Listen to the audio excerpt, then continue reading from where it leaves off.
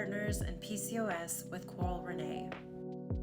What do we need to know about having a partner with PCOS? One of the most frequent questions that I've gotten on live or just in general is about what to do when you love someone and you find out that they have PCOS.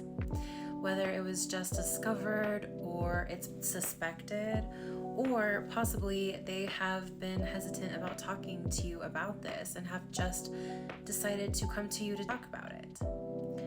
I personally can only speak from what I felt, from what I've experienced, and from what I felt that I needed at the time. So please know that this is not meant for me to say that I know what is best for every individual with PCOS.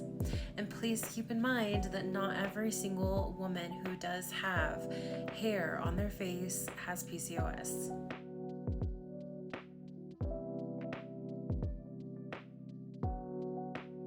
I've been asked about what to do if your person has just told you that they have PCOS, or if they have just been diagnosed and you found out together. My best advice in this situation is to do your own research. Research the condition on your own. Yes, take the time and ask your doctor, many questions, whatever questions you have, but also take the time to find out what this could mean for your person. I know that there were 2 people that I had tested just by telling them that I had the condition. And honestly, in that moment, I really would have appreciated even the small effort of them just being like, hey, I just looked up PCOS a little bit. It sounds rough. I am here if you ever need to talk about it. And just having someone to say that would have meant so much.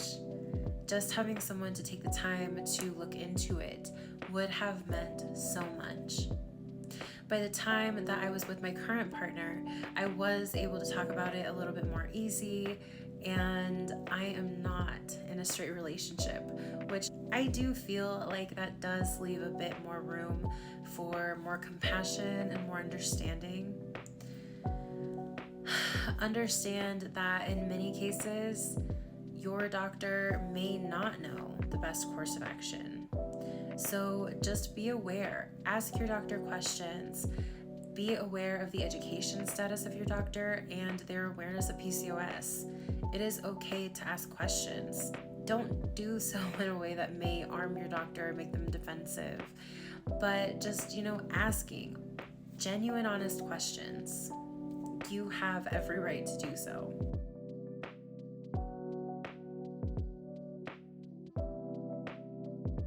If you find out that your person is removing hair or is feeling like they have to, or maybe they are just curious about their options of removing hair because they haven't had to face this before,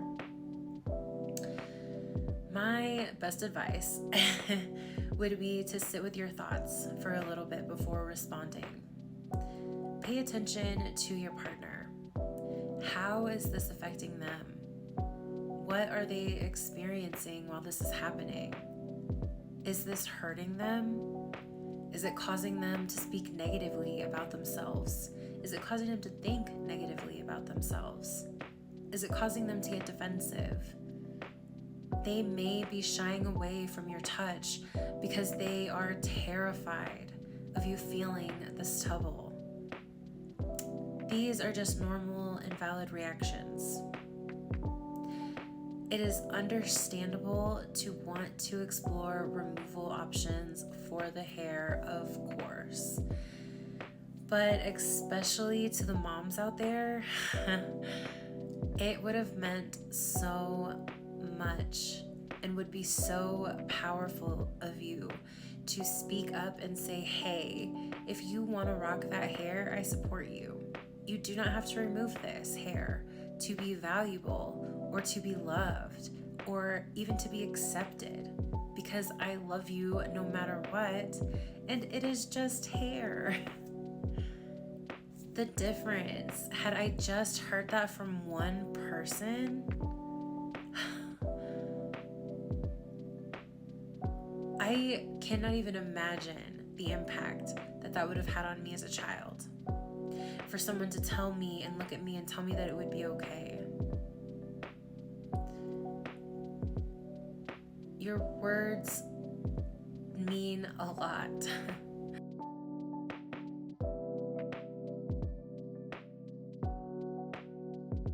When your partner is in pain, these can be tricky days, and everyone is going to be different. Not everything is going to work for everyone.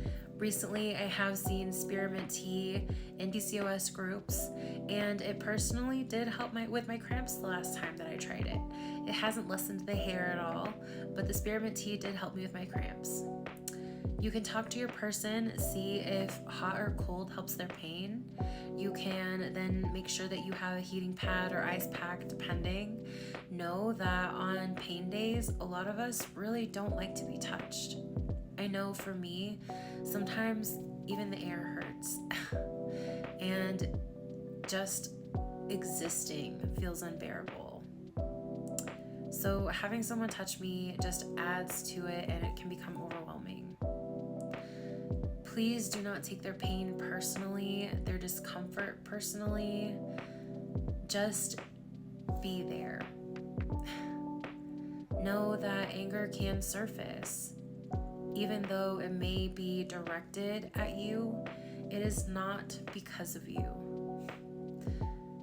There is a lot of anger and resentment towards having to deal with conditions like this. So just be aware.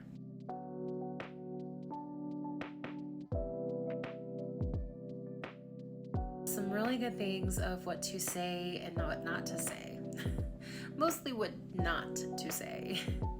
Do not assume that your person wants to remove their hair. Don't assume that that is their number one priority. Do not assume that your person is uneducated. They may have spent a lot of time researching, and they may not be comfortable coming clean about all of the research that they have done just because they don't want to seem wrong. Just allow them to do what they need to do. Don't make any assumptions about your person. Just know that they have just as many resources as you do. And yes, we could all learn more, but really at the end of the day, just ask. Speak with your person. Give them time. They may have trouble knowing just what they want or need in the moment, especially if they are feeling dysregulated. Just give them time and love. It's all going to be okay. Having PCOS, being diagnosed with it, can be daunting, but it can also provide some answers. And just be very wary of people who have a one cure fits all. Be very wary. Because a lot of the times we are the only ones that know what is good for our own body. I would say most of the time. Take care, love each other, listen to each other, and seriously, it will all be okay. Thank you for joining me for Partners in PCOS with Coral Renaie.